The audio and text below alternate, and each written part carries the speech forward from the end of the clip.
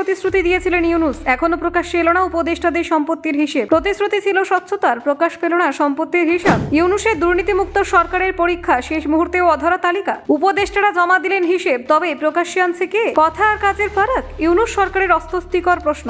অন্তর্বর্তী সরকারের মেয়াদ শেষ, কিন্তু অঘোষিত রইল সম্পত্তির তথ্য। স্বচ্ছতার আশ্বাসে ভরসা রেখেছিল দেশ, এখন হতাশ জনতা। ফেসবুকে ঘোষণা, সরকারি ফাইলে নীরবতা, উপদেষ্টাদের সম্পত্তি বিতর্ক। দুর্নীতির বিরুদ্ধে লড়াই নাকি কাগজে কলমে সংস্কার? জাতির উদ্দেশ্যে ভাষণের প্রতিশ্রুতি কি অপূর্ণই থেকে গেল? দেখুন, বাংলাদেশের অন্তর্বর্তী সরকারের প্রধান উপদেষ্টা হিসেবে মোহাম্মদ ইউনূস দায়িত্ব নেন 2024 সালে 8ই আগস্ট।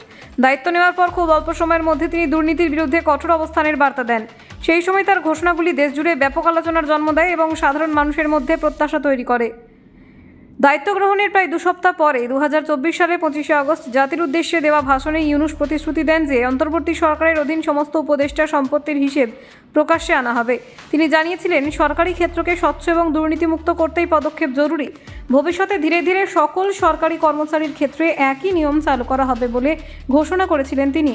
এই ঘোষণার প্রেক্ষাপটে বাংলাদেশের অর্থনৈতিক এবং দুর্নীতি বিরোধী মহলে আশার সঞ্চার হয়েছিল। অনেকে মনে করেছিলেন, দীর্ঘদিন ধরে দুর্নীতির অভিযোগে জর্জরিত প্রশাসনিক ব্যবস্থায় এটি একটি গুরুত্বপূর্ণ পরিবর্তনের সূচনা হতে পারে। জনগণের আস্থা কিছুটা ফিরে আসবে বলে ধারণা করা হয়েছিল। প্রসঙ্গত, 2024 সালে 5ই আগস্ট গণ অভ্যুত্থানের চাপে প্রধানমন্ত্রী পদ থেকে ইস্তফা দিয়ে ভারতে চলে যান শেখ হাসিনা। তার 3 দিনের মাথায় ইউনূসের নেতৃত্বে অন্তর্বর্তী সরকার গঠিত হয়। সেই সরকারের ওপর নতুন রাজনৈতিক এবং প্রশাসনিক সংস্কারের দায়িত্ব পড়ে। ইউনূসের নেতৃত্বে গঠিত অন্তর্বর্তী সরকারের দফায় দফায় বিভিন্ন দফতরের উপদেষ্টা নিয়োগ করা হয়। বর্তমানে প্রধান উপদেষ্টা ছাড়া মোট 20 জন উপদেষ্টা রয়েছেন। এছাড়া বিশেষ সহকারী, বিশেষ দূত এবং জাতীয় নিরাপত্তা উপদেষ্টার মতো গুরুত্বপূর্ণ পদে আরও 4 জন দায়িত্ব পালন করছেন। দুর্নীতির বিরুদ্ধে অবস্থানকে কার্যকর করতে অন্তর্বর্তী সরকার একটি নীতিমালা প্রকাশ করেছিল। সেই নীতিমালায় বলা হয়েছিল, উপদেষ্টা এবং সরকারি কাজের সঙ্গে যুক্ত ব্যক্তিদের প্রতি বছর আয়কর রিটার্ন জমা দেওয়া শেষ তারিখের পরবর্তী 15 দিনের মধ্যে আয় ও সম্পত্তির বিবরণ প্রধান উপদেষ্টা দফতরে জমা দিতে হবে। বাংলাদেশের প্রথম আলো জানিয়েছে, অধিকাংশ উপদেষ্টা তাদের সম্পত্তির হিসেব নির্দিষ্ট সময়ের মধ্যে জমা দিয়েছেন। কয়েকজন উপদেষ্টা সামাজিক যোগাযোগ মাধ্যমে বিষয়টি প্রকাশ্যে জানিয়েছিলেন। অর্থাৎ নথি জমা দেওয়ার ক্ষেত্রে বড় কোনো বাধা ছিল না বলেই ধারণা করা হচ্ছে। তা সত্ত্বেও এখনও পর্যন্ত ওই সম্পত্তির হিসেব জনসমক্ষে প্রকাশ করা হয়নি। অন্তর্বর্তী সরকারের মেয়াদ শেষের পথে হলেও প্রতিশ্রুতির বাস্তবায়ন না হওয়ায় নানান মহলে প্রশ্ন উঠেছে। বিশেষ করে নাগরিক সমাজ এবং দুর্নীতি বিরোধী মহল বিষয়টি নিয়ে অসন্তোষ প্রকাশ করেছেন।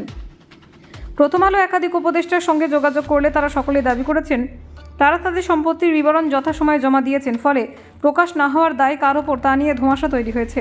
প্রধান উপদেষ্টার দফতরের ভূমিকা নিয়ে উঠেছে প্রশ্ন। মন্ত্রী পরিষদ বিভাগের বেশ কয়েকজন কর্মকর্তারা জানিয়েছেন, সম্পত্তির হিসেব প্রকাশের প্রক্রিয়া এখনও সম্পূর্ণ হয়নি। তাদের দাবি, যাচাই বাছাই এবং প্রশাসনিক জটিলতার কারণেই দেরি হচ্ছে। তবে এই ব্যাখ্যা সকলের কাছে গ্রহণযোগ্য হয়নি। সম্প্রতি উপদেষ্টা পরিষদের একটি সাংবাদিক বৈঠকে এই প্রসঙ্গ ওঠে। সাংবাদিকদের প্রশ্নের উত্তরে প্রধান উপদেষ্টার প্রেস সচিব শফিকুল আলম জানান, খুব শীঘ্রই সম্পত্তির পরিসংখ্যান প্রকাশ করা হবে, তবে তিনি নির্দিষ্ট কোনো সময়সীমা উল্লেখ করেননি। Bureau report, Bangla digital TV.